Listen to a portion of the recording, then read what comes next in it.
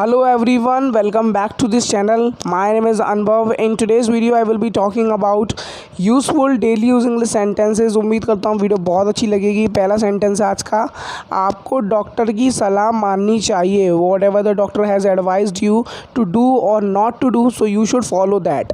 You should follow the doctor's advice. यहाँ पर doctor में एपॉस्ट्रोफी एस का यूज़ हुआ है.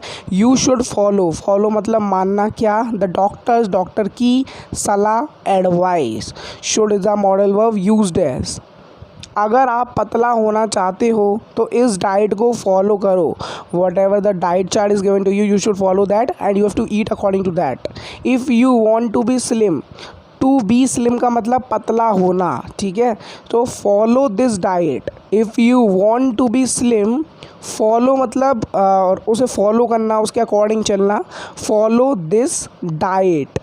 सो द नेक्स्ट सेंटेंस इज, मैंने सब कुछ बंदोबस्त कर दिया है. For example, if there is a party in the house, so there are so many arrangement which you have to make. So अगर आपने सब कुछ अरेंजमेंट कर दिया तो आप बोल सकते हैं, I have organized everything.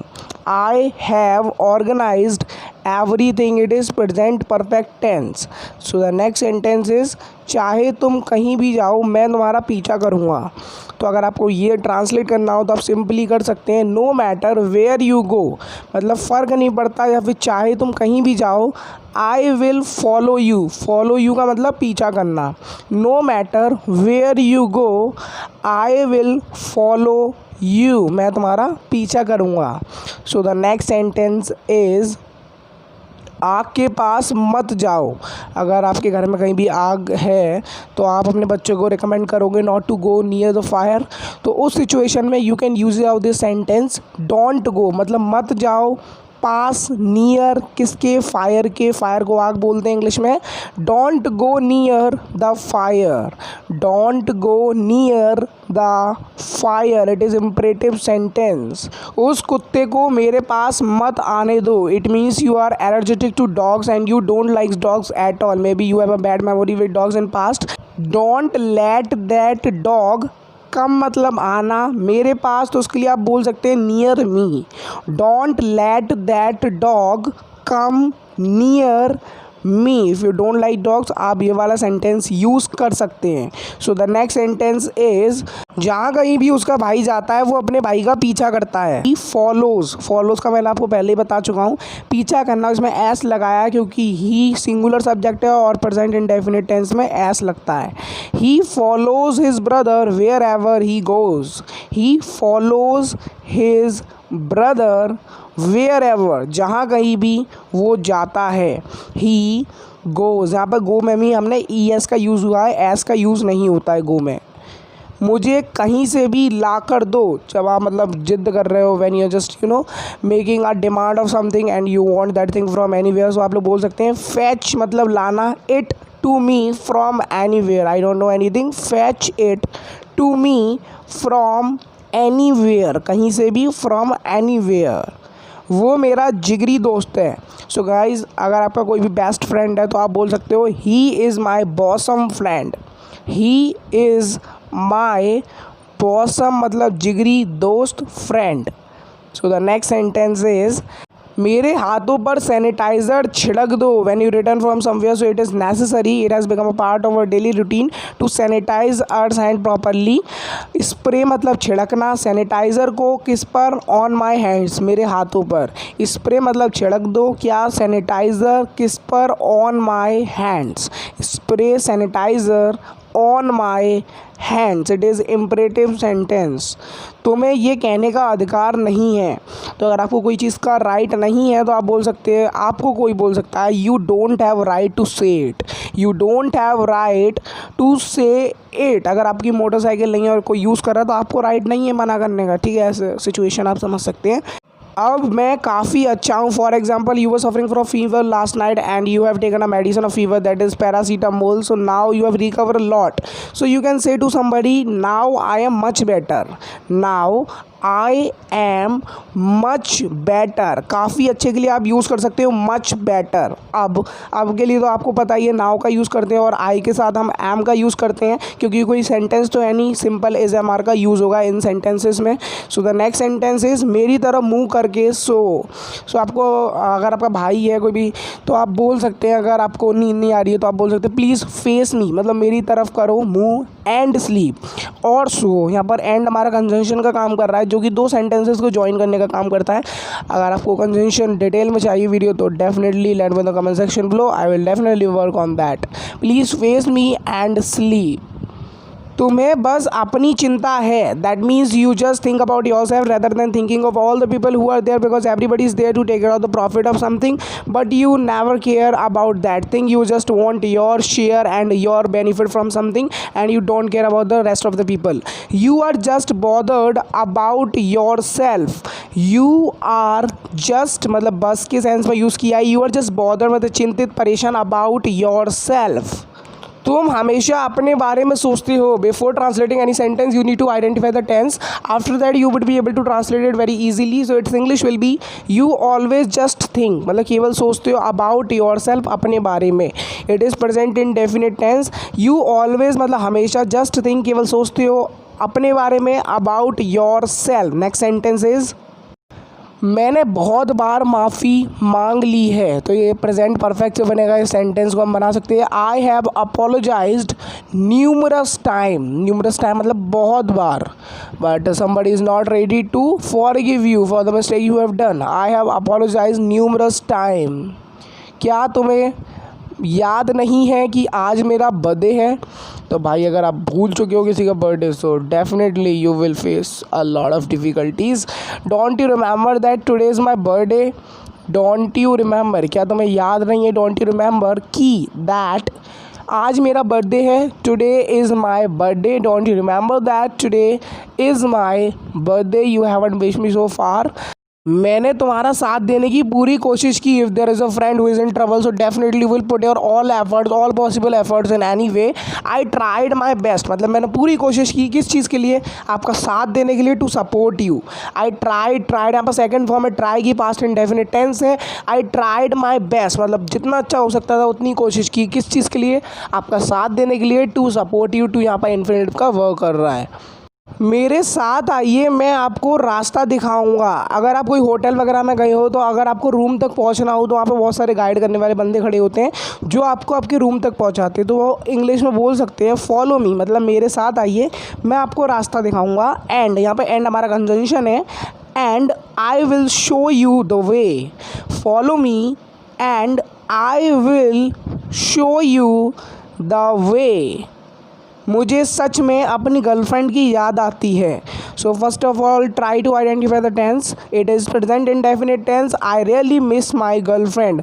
Guys कोई भी ट्रांसलेशन आप ट्रांसलेट करना चाहते हो तो पहले आइडेंटिफाई करो टेंस, तो उसका अकॉर्डिंग रूल लगाओ सारे। आई really miss my girlfriend and after that all depends on the vocabulary, because if you don't have words how you will translate the sentence even if you know the rules. क्या मैं यहाँ कुछ छोड़ रहा हूँ? जैसे आप कहीं से जा रहे हो तो आपको ऐसा लगता है कि मैं यहाँ पे कुछ छोड़ रहा हूँ, सो इसकी आप इंग्लिश में बोल सकते हो am I missing something here. Am I missing something मतलब कुछ यहाँ, here it is present continuous tense. कृपया यहाँ पर फोटोज़ मत लीजिए। If you are any of the temple and photography is not allowed there so there may be a board denoting this thing. Please don't take photos here. Please मतलब requestive वे में आपसे बोला जा रहा है, प्लीज़ डोंट टेक मतलब मत लीजिए क्या, फोटोज़ यहाँ पर, here. Please don't take photos here. Take की जगह आप क्लिप भी बोल सकते हैं, कैप्चर भी बोल सकते हैं। इस फ़ोटो में कौन नहीं है?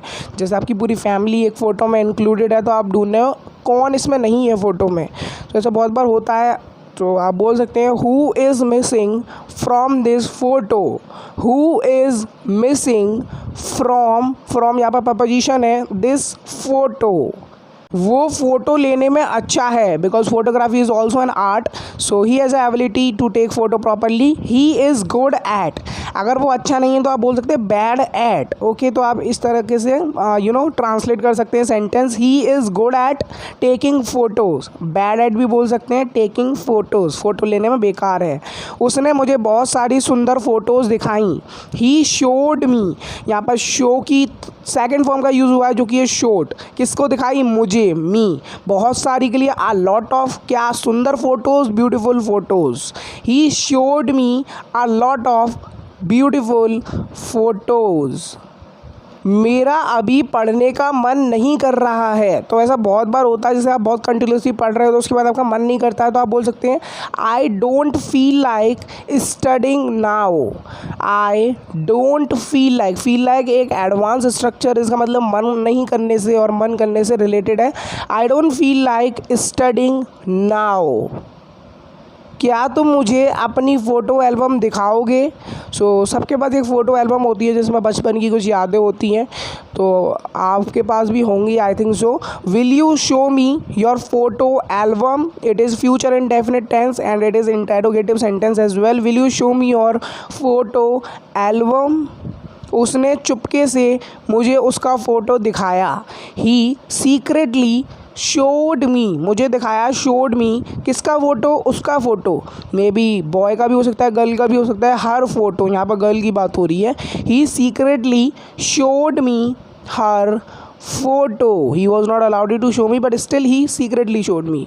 ये मेरी बहन का फ़ोटो है। That's a photo of my sister. That's a photo of my, किसका, बहन का।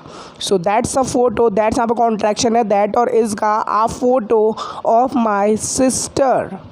मैं पुराने विचार वाला आदमी हूँ। तो मतलब आप ओल्ड मैथोलॉजी में बिलीव करते हैं, तो ओल्ड फैशन पर्सन है आप, तो अपने आप को अब डिनोट कर सकते हैं as a word, that is foodie doodie. I am a foodie doodie. अच्छा लग रहा है ना बोलने में, या it sounds good. I am a foodie doodie. मैं उस लड़की का इंतज़ार कर रहा हूँ। So if you are waiting for any girl to come, so you can say I am waiting for that girl. I am waiting for that girl. It is present continuous tense and I N G will be used as the rule is concern and with I we will use am as a subject.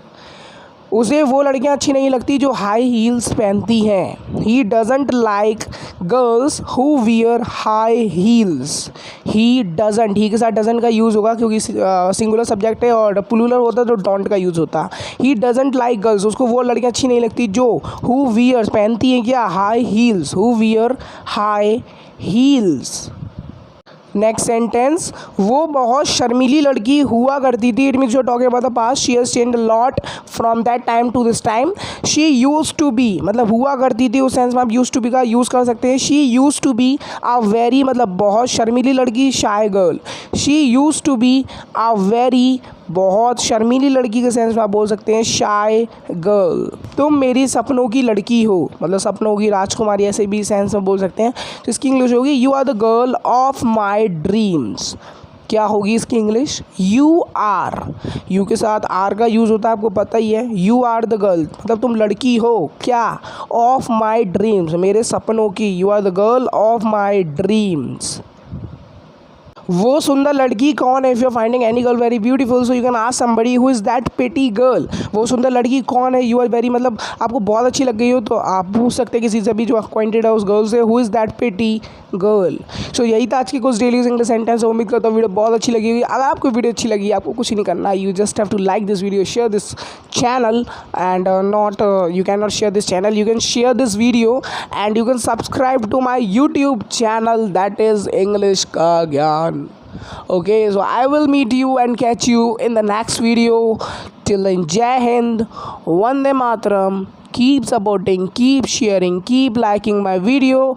Meet in the next video. Till then, Jai Hind, Vande Mataram.